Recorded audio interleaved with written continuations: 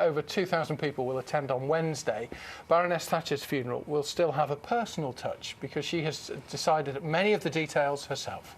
Downing Street has released further plans for the funeral, including the hymns and the poems that had meaning for the former Prime Minister. To discuss this, we're joined by historian Kate Williams from our Central London studio. Good morning. How unusual is it to have a funeral planned in such precise detail? Well, this is very indicative of Margaret Thatcher. I mean, she was a woman who succeeded through planning, she succeeded through detail, she succeeded in working hard at knowing exactly what was happening. And, you know, her ministers were often beaten to the ground by the fact that she was so effective at knowing the utter details about everything. And this is very significant about her. Here is a funeral brilliantly planned down to the last detail, and we are really seeing here that she's planned very carefully what's going to go on, and that is very rare. The majority of prime ministers, certainly in the past, have not left many indications they will what they wish for and left it up to the state.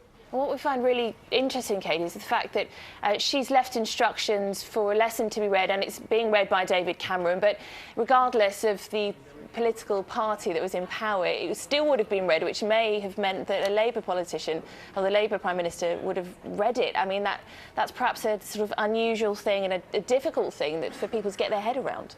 Well, exactly, Brian. And of course, these plans were really set in motion under Tony Blair. I mean, they were discussed most of all then. So the indication then, if she had died then, would be that Tony Blair would have given the address during her funeral.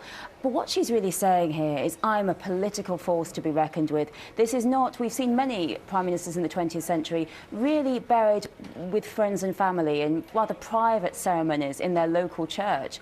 This isn't the same. This is a big, significant ceremony. You simply can't have the Prime Minister of the day giving an address in your local parish church. This is really suggesting it's going to be a big funeral. Yes, she said she didn't want a state funeral, but this really is a state funeral in all but name, and she really is staking a claim to her political importance. And of course, Mrs. Thatcher said that New Labour was her greatest legacy when she was asked. So to her, whether it's a Conservative address or a Labour address, that doesn't matter, because either way, they are her children. And Kate, it's similar in many ways to the funeral we saw for the Queen Mother some years ago, but the biggest funeral for a politician since Winston Churchill. So, I don't know, is that surprising? Yes, it is. I mean, the big funeral for Winston Churchill was in 1965, and prior to that, we have a few state funerals. The Prime Ministers buried were those, the Victorian Prime Ministers. We've got Duke of Wellington, we've got Gladstone and Palmerston, and Gladstone's was slightly less large than Palmerston's. So these were big funerals in the Victorian era, but essentially since then, most of our Prime Ministers, such as Clement Attlee, such as Harold Macmillan, have been buried in quite modest fashion. They've been commemorated in Westminster Abbey, but the burial has been quite modest, and this is very different. I mean, this is the last time most of us will have seen anything like this is, of course, the funeral, as you say, for the Queen Mother, for Princess Diana. This is a big ceremonial funeral, and we're really not going to see the like of this again, I think, until the sad day in which the Queen passes away, because this is shutting off the streets, everything really but the lying in state, and the fact that in a ceremonial funeral, the main difference is that in a state funeral, the gun carriage is driven forward by members of the Royal Navy, not by horses. You mentioned those historical funerals back in the Victorian era for Prime Ministers. It was a different era then, in many ways a more respectful era. The added element now is the fact that although many people are hugely appreciative of what Mrs. Thatcher did, there is nonetheless still a very big number of people who want to protest, perhaps.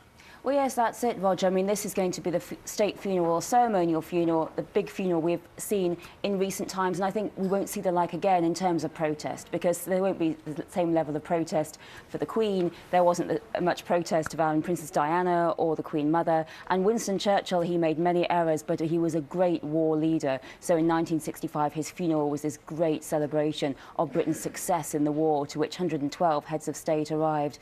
But I think this funeral is going to see stringent security. It's already been said that really protesters are not really so welcome along the route, so that's why so many protests have been going on this weekend. It's a great difference for this funeral, and Mrs. Thatcher herself really, I think, expected to have a big funeral, a significant funeral, but she herself said she didn't want a state funeral because it'd be too divisive, and also not to lie in state. But instead, we're going to see a real gathering on Wednesday of essentially the great and the good from free market economics, all those people we saw on our television screens in the 80s and in the early 90s. Many of them are going to be here. Kate, it's good to see you. Thanks very much indeed for taking the time to talk to us. Kate Williams there in London for us.